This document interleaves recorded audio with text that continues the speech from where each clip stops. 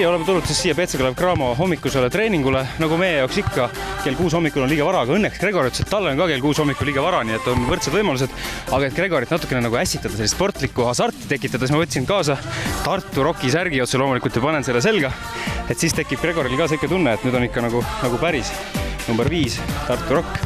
Gregor, oled sa valmis? Nii valmis, kui saab olla. Igal juhul me teeme siis nii, et viskame igaüks 10-st 3-sest, kui palju keegi sisse saab, ja seejärel 10 vaba viset igaüks ja vaatame siis, kas on mõtet neid musti siia kokku osta või piisab Maksimist ja Revost.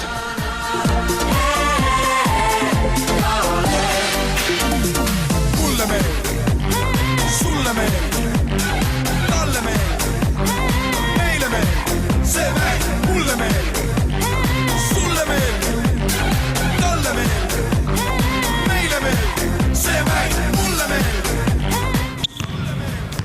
10-st 5 algus on tehtud, spordisõprade esimene tulemus, 10-st 5. Sulle meeldib, talle meeldib, meile meeldib, see meeldib.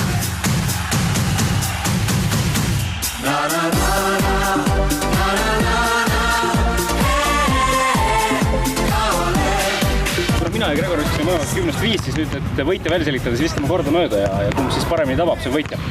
See meeldib, mulle meeldib, sulle meeldib, talle meeldib, meile meeldib, see meeldib, mulle meeldib, sulle meeldib, talle meeldib, meile meeldib, see meeldib, mulle meeldib, sulle meeldib, talle meeldib, meile meeldib, see meeldib.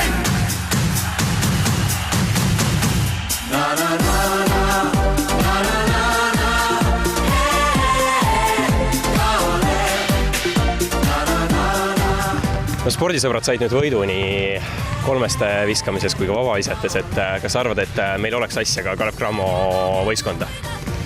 No ma ütlen seda uuesti, et hommikul kell 6 on päris raske siin olla. Aga noh, samas tegelikult ju peaksid visket tabama iga kell ja igast asendist. Seda küll, jah. Ei ole mingit vabandust, et olite paremad enam. Spordisõprade esimene triumf profisportlaste vastu on tõsiasi ja Revo said täna hakkama tõeliselt suurepärase sooritusega. Absoluutselt, seekord võib siis eksperimendi 100% lugeda korda läinuks, sellepärast et tõepoolest BC Kalev Cramo parim mängija, resultatiivseim mängija 12,8 punkti keskmiselt VTB sarjas Gregor Arbet ja mina teda võitsin, nii et tegelikult võiks isegi saata siit sõnumi Aivar Kuusmale, et Aivar, ära osta neid musti kokku, vaid meil on siin Eestis ka päris häid mängumehi, keda võtta. Selleks aastaks on küll registreerimistähtaeg juba möödas, nii et me enam Kaleviga liituda ei saa ja jätkame spordisõprade saate tegemisega, aga võib-olla siis järgmine hooaeg. Aga mul on tegelikult, kui ma nüüd Kalevisse ei saa, siis mul on alternatiiv ka olemas, mul on Kreeka koondise särk olemas, nii et ma teen nagu olegi Aivar Kuusma ja Tiit Sokkit läksid otse Kreekasse. Selge, aga igal juhul loodame, et Revot ka Kreekasse vastu ei võeta ja siiski spordisõprade saade jätkub.